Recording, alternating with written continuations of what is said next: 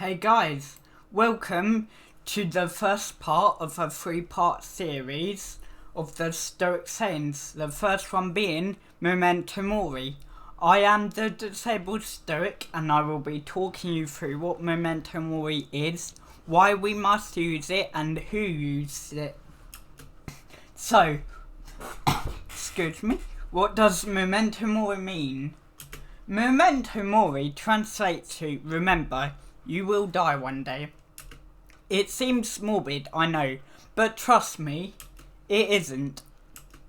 It basically means we all will die one day, so we need to make the most out of life and not care about the irrelevant things such as what people think of us in order to live a good life. There's more to it, but we will go into it in this video. Why apply Memento Mori to your life? It teaches you how to make the most out of your life. When you go through life with the mindset that you will die one day and stop worrying about when you will die and start thinking, oh, I'm going to die one day, so I must make a good life while I still have it. You will start to make the most out of it. It teaches you how to ignore the small irrelevant things, not care about what people think of you. If you go throughout life caring about the small things, caring about what people think of you, you will be ridden with anxiety and insecurity throughout your life, and then when you do come to die, you will regret having that anxiety and insecurity about what people think of you, because since you were anxious, you wouldn't have lived a good life. It teaches you how to live the good life, which is a major theme in this. It helps you overcome adversity. If you experience adversity, but you think to yourself, I will die one day, then that adversity in the bigger picture doesn't seem as big as it makes out to be. It is more so our judgment of events that affect us most than events themselves, as said the great Epictetus. It helps you become the best version of yourself, seeing as you will die one day, as we all will. You want to live a life where you're the best version of yourself. A quote, you could leave life right now. Let that determine what you do and say and think, which Marcus Aurelius wrote in Book 2, Section 11 of his Meditations. Everything we do and say can't be taken back. They can be forgiven, but once they're out there, they cannot truly be taken back. So, would you rather die a nasty person who never spoke their mind, who did nasty things and said nasty things? Or would you rather die a good person who told the truth, did good things and said good things?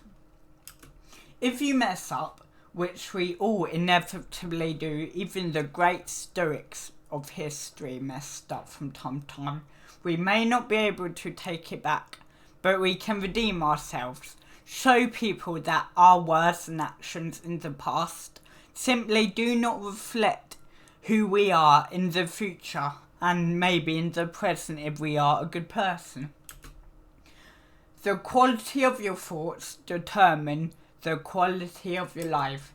Would you rather die a negative person with a negative outlook on life who was also pessimistic?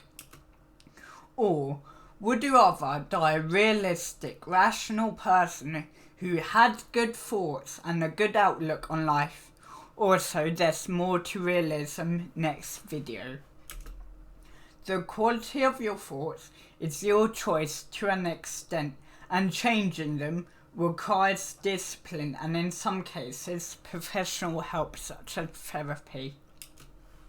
Another quote, it is not what you endure, but how you endure it, which was said by Seneca in his essay on Providence. No matter what you go through, big or small, everyone always mainly remembers your reaction to it, rather than the thing itself. Do you want to be known as the person who lashed out at those around you, who are trying to help you when something bad happens to you? Or do you want to die as the person who took the help offered, personal or professional, and who came out stronger in the end? Of course, we all will still lash out and let our emotions overwhelm us. I do too. I'm not gonna pretend I don't. But it's about how we go forward that matters. Trying to make things better, not lash out.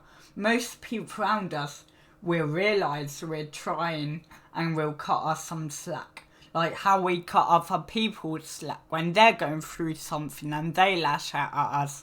We don't get angry at them. We think to ourselves, they're lashing out because they're going through so much, so we cut them a bit of slack. Another quote. If we were never going to die, I might not hug you as often or as tight, said the great poet Wendy Cope in her poem To My Husband. Seeing as we can die at any moment, why would we not cherish every moment with our loved ones? Not just in case we die, but also in case they die. That's what Memento Mori also means. It doesn't always mean remember we will die. It means remember other people will die as well. But this doesn't mean just the big moments, but also the small moments, the laughs, the cries, making them dinner when they come home, or making dinner together. Those are the moments that truly matter. Especially cherish the goodbyes. Cope goes on to write, or say goodbye to you as carefully. If I were certain you'd come back to me. When we say goodbye to someone, it could very well be the last time. So remind yourself that you might not see them again and cherish them. So you need to cherish the goodbyes, especially when you say goodnight to people.